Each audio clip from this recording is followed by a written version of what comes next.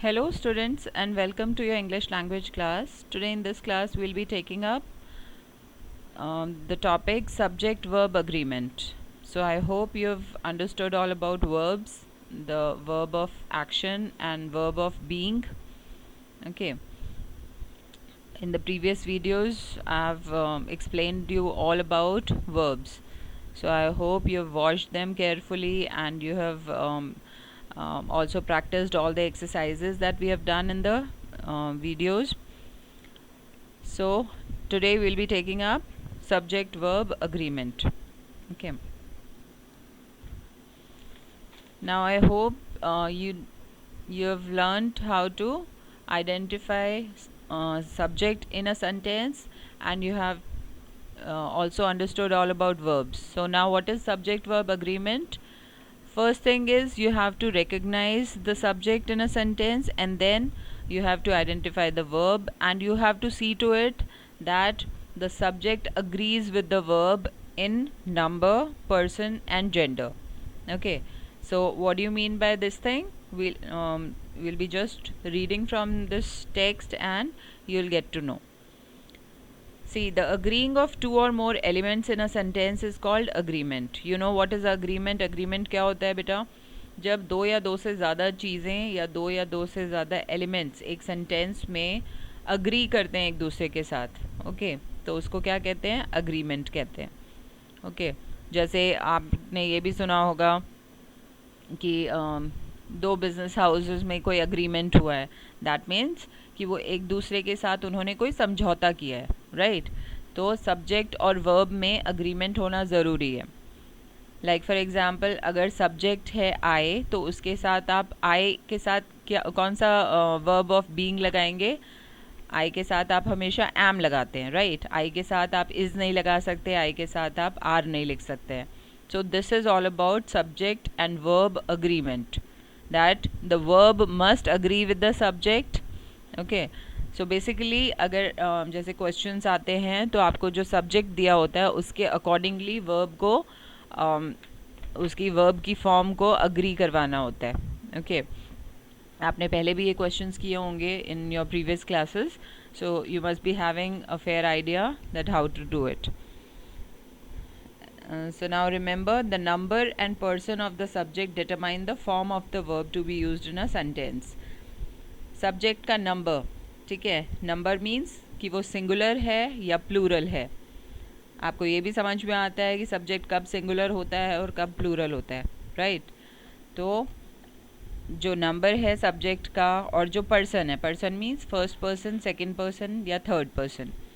तो सब्जेक्ट का बेटा नंबर क्या है और सब्जेक्ट का पर्सन क्या है, कौन सा पर्सन वहाँ पे अप्लाई हो रहा है, तो उसके अकॉर्डिंगली आप फॉर्म ऑफ द वर्ब को यूज़ करेंगे. ठीक है.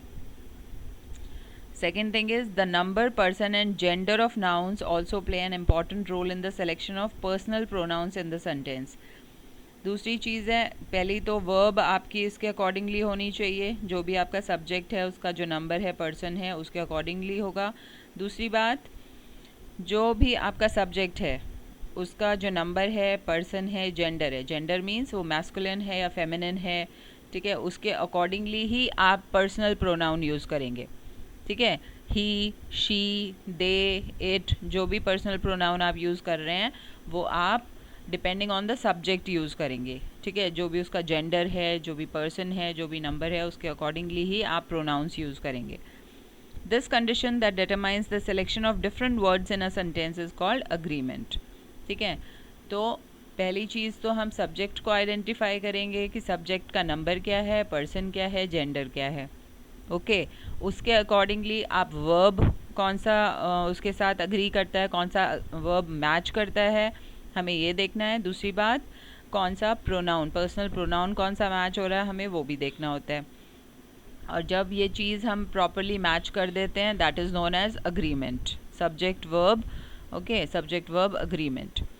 Now this agreement is in relation to number. Number means singular and plural. Okay, and person, first person, second person and third person. Gender you know, masculine, feminine, और it can be a neuter. So now let us read the following sentences. First is, one of the girls in our class is very talented. So here subject क्या है? one of the girls, मतलब हमारी class में जितनी भी लड़कियां हैं उनमें से एक, ठीक है? तो हम तो ये सब्जेक्ट क्या हुआ? सिंगुलर हुआ या plural? Obviously it is singular. So don't get confused कि यहाँ पे गर्ल्स दिया हुआ है तो ये प्लूरल हो गया. नहीं, आप पूरा जो सेंटेंस है उसको प्रॉपरली रीड करेंगे और फिर उसका मतलब समझेंगे. So one of the girls means out of the girls one girl, so it is talking about one particular girl. So one of the girls in our class is very talented. तो जो subject है one of the girls, it is singular in number, so it will be followed by is. Okay, यहाँ पे क्या लिखा है? one of the girls in our class is very talented. यहाँ पे are नहीं लिखा है. Okay, that means कि जो subject है उसके साथ हमने verb को agree करवाया है. ओके, तो ये ठीक है sentence.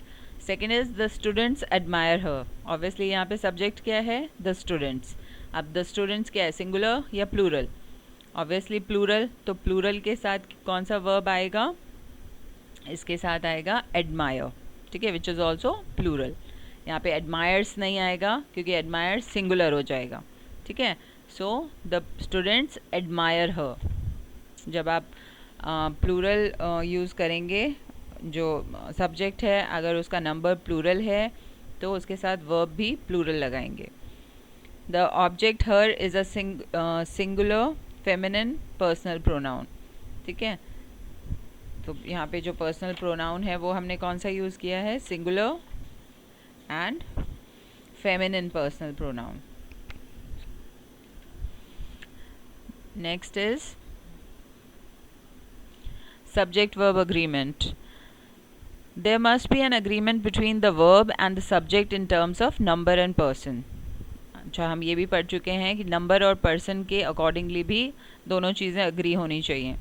If the subject is singular in number, the verb should also be singular in number. अब depending on the subject, if it is singular then the verb must also be singular. If it is plural then the verb must also be plural. Like for example, Suzanne is playing football. ना Suzanne क्या है? Singular है या plural है? Suzanne जो है एक लड़की का नाम है, right? So it's a singular subject. So Susan is playing football, right? If the subject is plural in number, its verb should also be plural in number. Like for example, my parents are celebrating their golden wedding anniversary. Okay, the form of the verb also needs to be modified according to the person of the subject. Like for example, Sakshi is playing in the garden. अब यहाँ पे कितने person है? कौन सा person है? First person है, second person है या थर्ड पर्सन है?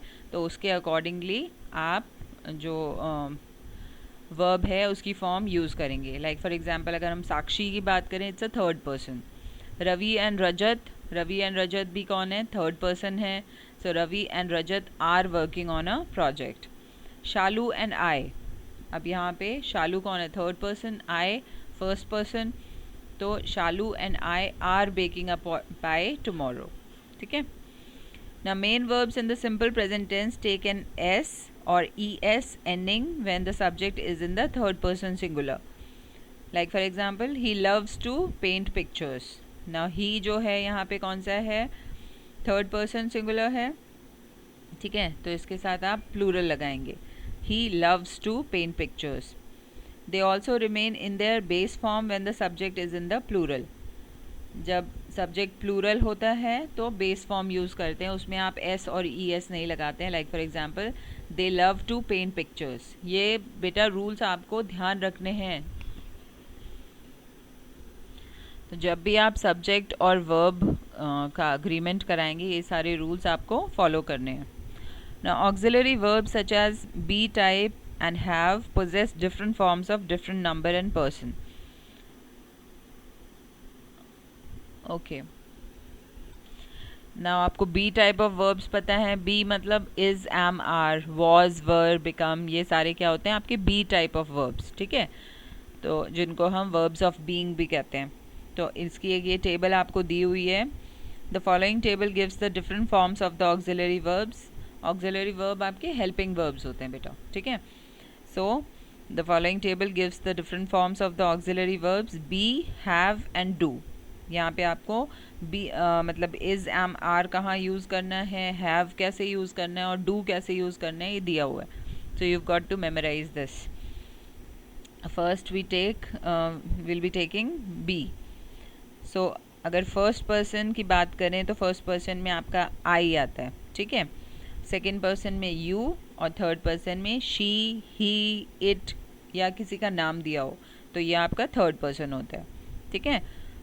नाउ अगर सिंगुलर की बात करेंगे तो प्रेजेंट टेंस में I के साथ am लगाएंगे तो क्या सेंटेंस बनेगा? I am playing, you are playing, she is playing. Okay और अगर पास्ट टेंस की बात करेंगे तो क्या होगा? I was playing, you were playing, she was playing या he was playing या टीना was playing. ओके और अगर हम बात करते हैं प्लूरल की, ठीक है. प्लूरल अगर जो सब्जेक्ट है वो प्लूरल है हमारा तो फर्स्ट पर्सन कौन सा होगा? वी.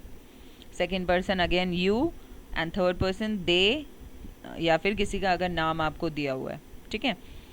तो we are studying, you are studying, they are studying, ठीक है. प्लूरल में सबके लिए आर ही यूज़ करेंगे आप, इज़ या एम यूज़ नहीं होगा.